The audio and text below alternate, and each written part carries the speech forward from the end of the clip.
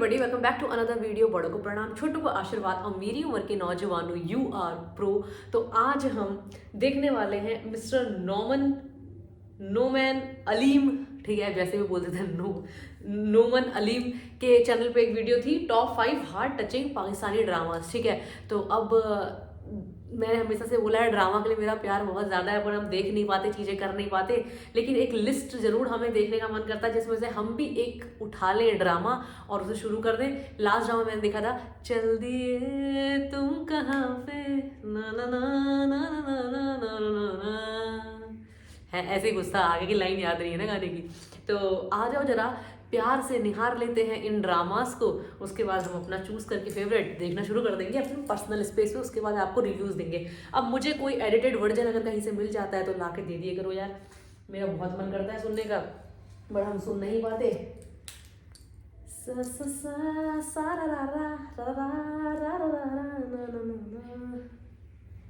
जब मैं हद से आगे बढ़ गया था आज की में बयाने जिंदगी को ले रहा मजाक ही में, फिर मजाक ही में खाक ही में साक ही में साक ही में, खुद से आया तन्हा था मैं वापसी में।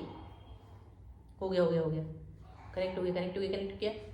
लेट्स स्टार्ट, हो जा स्टार्ट। तो आज हम बात करने वाले हैं 5 ऐसे पाकिस्तानी ड्रामों के बारे में जो आपके दिल को छू कर जाएंगे। ये इतने खूबसूरत ड्रामे हैं कि आप कभी भी भुला नहीं पाओगे। This is going to be a fresh list जिसके अंदर कुछ इंटरेस्टिंग और नए ड्रामे अब ऐड हो चुके हैं। तो ये कौन सी लिस्ट है और कौन कौन से ड्रामे इसके अंदर होंगे, और खास तौर पे इन ड्रामों की ऐसी क्या खास बात है जिसकी वजह से ये आपके दिल को छू कर जाने वाले हैं। तो इन सभी क्वेश्चंस के आंसर मैं आज के इस वीडियो में देने वाला हूं। लेकिन उससे पहले अगर आप लोगों ने इस चैनल को सब्सक्राइब नहीं किया तो जल्दी से कर लें, क्योंकि पीके लग्जरीज आपको लग्जरी गिफ्ट्स दिए जा रहे हैं। चैनल को सब्सक्राइब करके इंस्टाग्राम पे फॉलो कीजिएगा और दोनों पे स्क्रीनशॉट वहां पर शेयर कर दीजिएगा। आप में से 200 लोगों को बहुत जल्द चूज किया जाएगा। आप में से कुछ ही लोगों को चूज किया। तो स्टार्टिंग विद नंबर 5, इसको मैंने न्यूली इस लिस्ट के अंदर ऐड किया है जो ड्रामे आपके दिल को छू कर जाएंगे। 5वें नंबर पे इसलिए रखा है क्योंकि इट्स अ स्टार्ट। अभी यहाँ पर बहुत ज्यादा एपिसोड नहीं आई, लेकिन जितना मैंने ऑब्जर्व किया है आई बिलीव कि this is going to be the most heart touching drama. Comings to number 5, यहाँ पर इस ड्रामे का नाम है सुन मेरे दिल। वहाज का और साथ में मायाली का ये ड्रामा है। खलीलुर रहमान कमर ने इसको लिखा है। आपको बहुत अच्छे से पता है कि ये बंदा कुछ ऐसा लिखता है जो आपके डायरेक्टली दिल को छू कर जाती है। इसके अंदर बहुत सारी ऐसी गहरी बातें हैं जो आपको बहुत ज्यादा पसंद आएंगी। बहुत शेरो शायरी स्टाइल के अंदर इसका स्क्रिप्ट है, और खास तौर पे यहाँ पर जो आपको बिलाल का कैरेक्टर दिखाया जा रहा है इट्स वेरी अनयूजुअल। जहाँ पर एक बंदा बड़ा शराबी था, उसने लड़की को देखकर शराब छोड़ दी, उस लड़की को देखकर अपने बिजनेस में कितना लॉस कर रहा है, करोड़ों रुपया उसके ऊपर एकदम से लगाना शुरू हो गया है, और किस तरह से उसकी एक झलक देखने के लिए ये बंदा कितने बड़े बड़े सेक्रीफाइस करता है।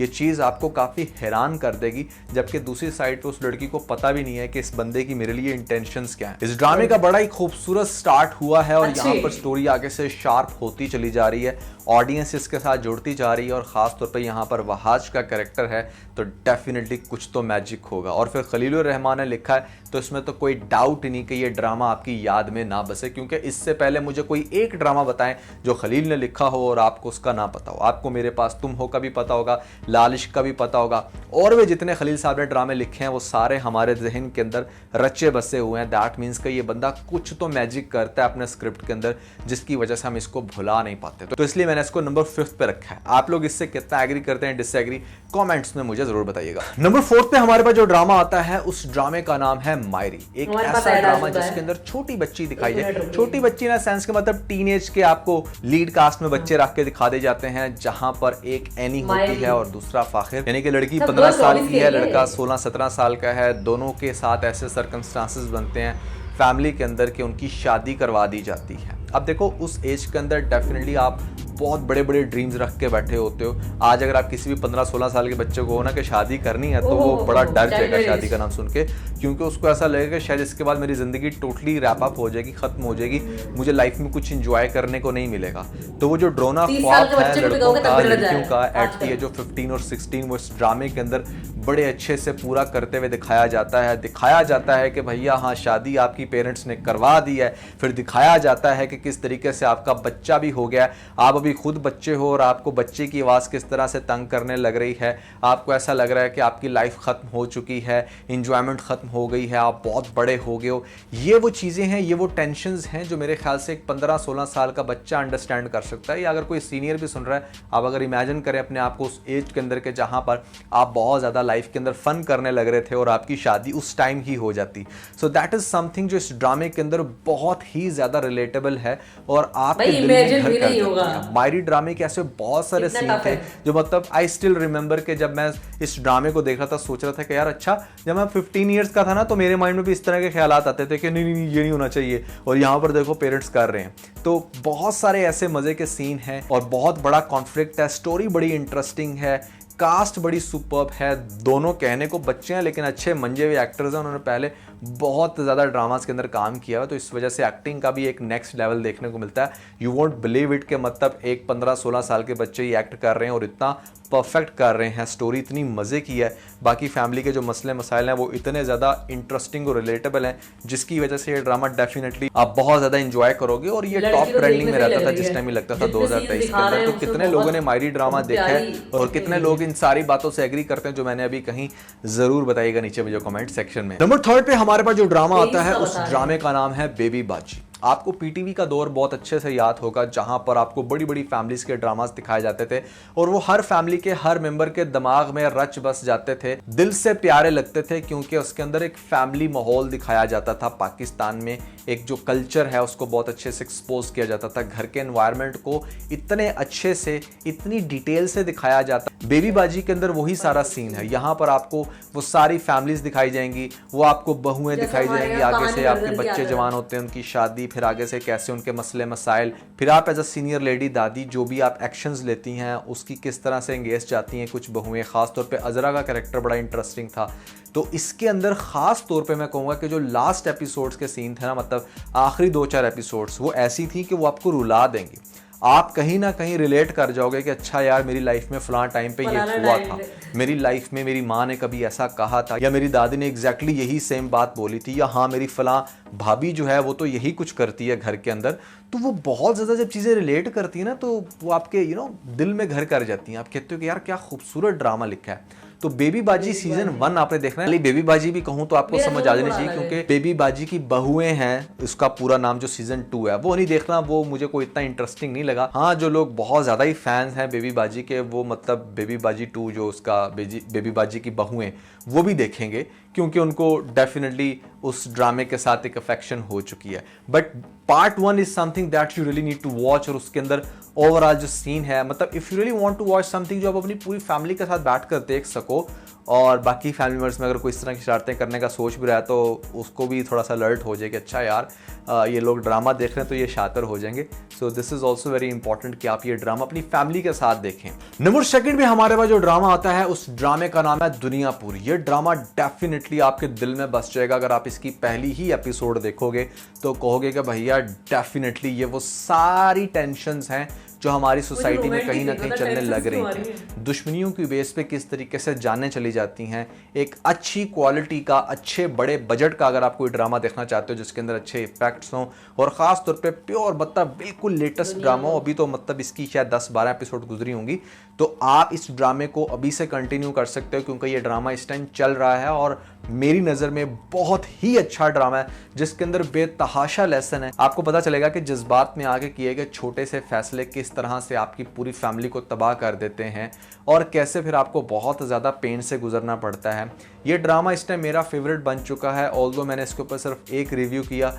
बहुत सारी रीजंस की वजह से शायद मैं रिव्यू तो ना कर पाऊँ, बट मैं बड़े आराम से सुकून से बैठकर जो अपनी मर्जी से मैं ड्रामा देखता हूँ ना, तो वो है दुनियापुर, जो इस टाइम मुझे सबसे ज़्यादा इंटरेस्टिंग लग रहा है। आफ्टर एंडिंग दिस ड्रामा जो अभी मैं पहले नंबर पे बोलने वाला हूँ, उसके बाद अगर मुझे कोई अच्छा लगता है तो वो ये ड्रामा है। इस ड्रामे की कास्ट बहुत मजे की है। खुशहाल खान है, समी खान है, साथ में रमशा खान देखने को मिलेंगी। रमशा की एक्टिंग जो है वो हमेशा से ही एवरेज रही है, बट चूंकि उनके लुक्स अच्छे हैं तो इसलिए उनको हमेशा से पाकिस्तानी ड्रामा इंडस्ट्री चांस देती है। कुछ लोगों का मानना है कि रमशा बहुत ज्यादा विराट कोहली की बीवी से मिलती है। खैर अपना अपना मानना है। बहरहाल ड्रामा बहुत अच्छा है और इसके अंदर भैया जंग चलेगी। हर बंदा इस पूरे शहर के ऊपर कब्जा करना चाहता है, यहाँ पर अपने झंडे गाड़ना चाहता है। Basically it's a power game, और स्पेशली ये मैं ड्रामा मेल्स को ज़रूर रिकमेंड करूंगा, क्योंकि इससे पहले जो मैंने ड्रामे बताए वो ज़्यादातर फीमेल ओरिएंटेड ड्रामास हैं। कुछ थ्रिलिंग देखना चाहते हैं, दुनियापुर लाजमी देखिएगा। लास्ट बट नॉट लीस्ट, आपको बहुत अच्छे से अंदाजा हो गया होगा कि मैं पहले नंबर पे किसको रखने वाला हूं, क्योंकि मेरी नज़र के अंदर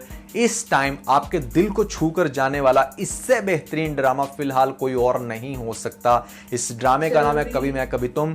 अभी हाल ही में ये ड्रामा खत्म हुआ, शुरू से लेकर एंड तक edge to edge top notch, top को। अब जरा जरा जरा जरा जरा जरूरी नहीं है कि मैं इन्हीं की जुबान बोलूं, जो चीज़ मैंने देखी है वो मैं अपनी जुबान बता सकती हूँ। कभी मैं कभी तुम में सारी, आप जो कहते हैं ना, एक शादी होके जो दिक्कतें होती हैं वो चीज़ें झेलना, एक रोमांटिक जोनर को देखना, मतलब एक हर एक जोनर जो सेट है ना उसमें हर एक मोड़ पे वो चीज़ें आई हैं।